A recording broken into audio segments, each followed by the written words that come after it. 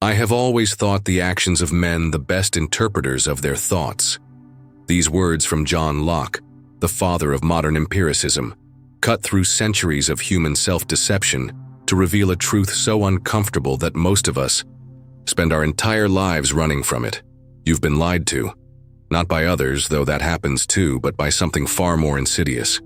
You've been lied to by the very words people speak, including your own. Every day, you navigate a world where language has become the ultimate mask, where intentions hide behind eloquent speeches, and where the gap between what people say and what they do has grown so vast it could swallow civilizations whole. Think about it. How many times have you heard someone say, "I'll call you," and never heard from them again? How many promises have dissolved into air? How many declarations of love have preceded betrayal? How many political speeches have been followed by the exact opposite actions? You live in a theater where everyone has learned their lines perfectly, but the real drama happens backstage, in the realm of actual behavior. John Locke understood something that modern society desperately wants to ignore. Words are cheap, but actions are priceless currency. In his revolutionary work, An Essay Concerning Human Understanding, Locke argued that all knowledge comes from experience, from what we observe, not from what we're told to believe. Yet here you are, 3 centuries later, still falling for the same ancient trap, believing words over behaviors. This isn't just about catching liars or seeing through manipulation, though it includes that. This is about understanding the fundamental architecture of human nature itself. Every relationship you've ever had, every decision you've ever made, every moment of confusion about why people do what they do, all of it can be traced back to this one critical error: listening to words instead of watching actions. The stakes couldn't be higher. Your happiness, your success, your ability to navigate this world with wisdom instead of naivety, all of it depends on learning this one essential skill that Locke identified centuries ago. The question is, are you ready to see what's really happening behind the curtain of words? John Locke lived through one of history's most turbulent periods, 17th century England, where political revolutions raged and religious wars tore societies apart. In a world where words were weapons and propaganda was power, Locke developed a radical idea that would change everything. Judge people not by their speeches, but by their deeds. Born in 1632, Locke witnessed firsthand how eloquent orators could lead nations into disaster while quiet, consistent actors built lasting change. He watched kings make grand proclamations while secretly plotting betrayals. He saw religious leaders preach compassion while practicing cruelty. This wasn't just political observation, it was philosophical revelation. Locke's genius lay in recognizing that human beings had created an elaborate system of self-deception through language. We had learned to say what others wanted to hear, to promise what would gain us advantage, to declare intentions that sounded noble while pursuing goals that were selfish. We had, in essence, split ourselves in two: the speaking self and the acting self. But Locke went deeper. He understood that this wasn't simply about conscious deception. Most people, he realized, genuinely believe their own words even when their actions contradict them completely. They're not lying. They're living in a state of psychological fragmentation, where their stated beliefs and their actual behaviors exist in separate universes. This insight was revolutionary because it meant you couldn't trust even sincere people to understand themselves. The mother who claims to love her children while consistently choosing her own convenience over their needs isn't lying about her love. She genuinely feels it, but her behavior reveals the deeper truth about her priorities. The friend who swears loyalty while gossiping behind your back isn't consciously betraying you. They simply don't recognize the contradiction between their stated values and their actual choices. Locke realized that actions emerge from the deepest parts of human nature. Our instincts, our genuine priorities, our real character. Words, however, come from our minds, and minds can rationalize anything. They can create beautiful narratives that have nothing to do with reality. They can construct elaborate justifications for behaviors that contradict our stated principles. This is why Locke insisted that true knowledge comes from observation, not from testimony. You can't understand someone by listening to their self-description. You have to watch what they actually do when they think no one is paying attention, when the stakes are real, when their true nature emerges under pressure. Welcome to the grand performance of the 21st century, where everyone has become a master actor, and you're sitting in the audience applauding lies. Social media has turned human interaction into a carefully curated highlight reel, where people craft personas that bear little resemblance to their actual lives. Dating apps have become exhibitions of fictional selves. Professional networking has evolved into elaborate masquerades where everyone claims to be passionate about synergy and authenticity while pursuing purely selfish goals. But this isn't just about social media or modern technology. This is about a fundamental shift in how humans relate to truth itself.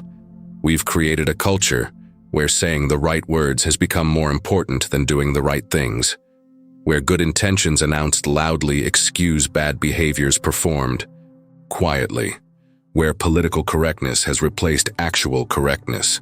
Consider the modern workplace. How many times have you heard managers speak about work-life balance while expecting you to be available 24/7? How many companies have mission statements about caring for employees while cutting benefits and increasing workloads?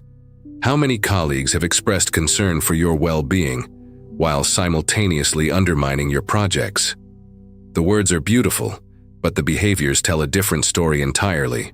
Or look at modern relationships. People proclaim their values on dating profiles: honesty, commitment, genuine connection, then engage in behaviors that directly contradict these stated preferences. They say they want something real while playing games. They claim to seek authentic partners while presenting completely artificial versions of themselves. They declare readiness for commitment while keeping multiple options open. The most dangerous part isn't that people are consciously lying. It's that they've learned to lie to themselves so effectively that they believe their own words. They've created internal narratives that justify any behavior while maintaining their self-image as good, honest, authentic people. This creates what Locke would have recognized as a massive epistemological crisis. How do you know anything about anyone? When words have become completely divorced from reality, how do you make decisions about who to trust, who to love, who to work with, when everyone has learned to say exactly what you want to hear? The answer is disturbingly simple. You stop listening to words entirely and start watching behaviors with the intensity of a scientist studying a new species. You become a detective of human nature, looking for patterns, inconsistencies, and the tiny moments when people's masks slip and their true priorities are revealed.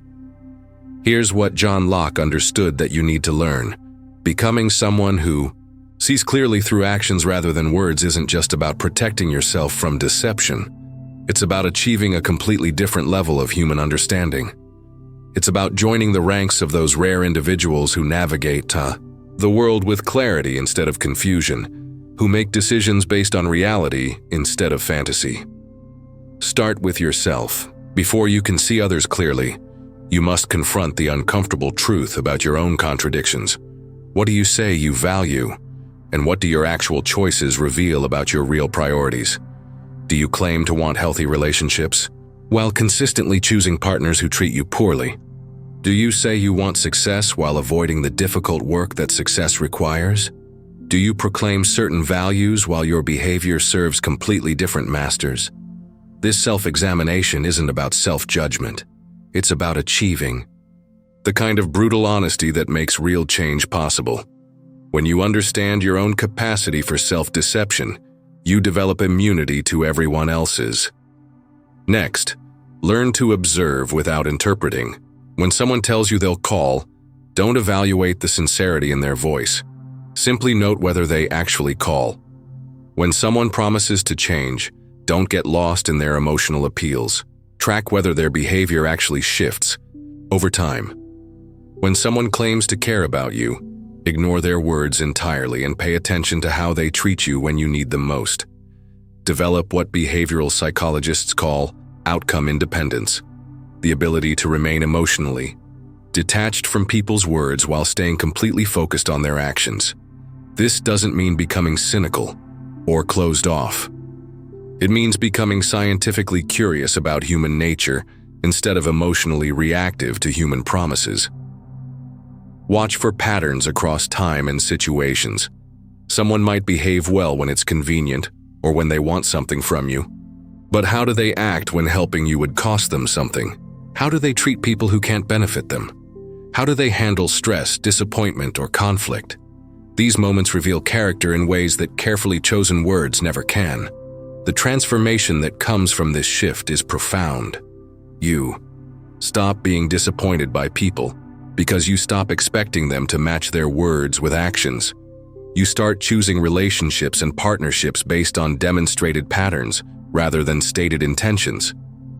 You become someone who sees the world as it actually is, rather than as people claim it to be. This is the path to becoming what Locke would have called an empirical human being, someone whose understanding of reality comes from direct observation rather than from accepted testimony. It's the difference between living in a world of constant surprises and betrayals versus living in a world where human behavior becomes predictable because you're finally paying attention to the right signals. The question now is simple. Will you continue living in the theater of words, or will you step into the laboratory of human behavior and become someone who truly sees?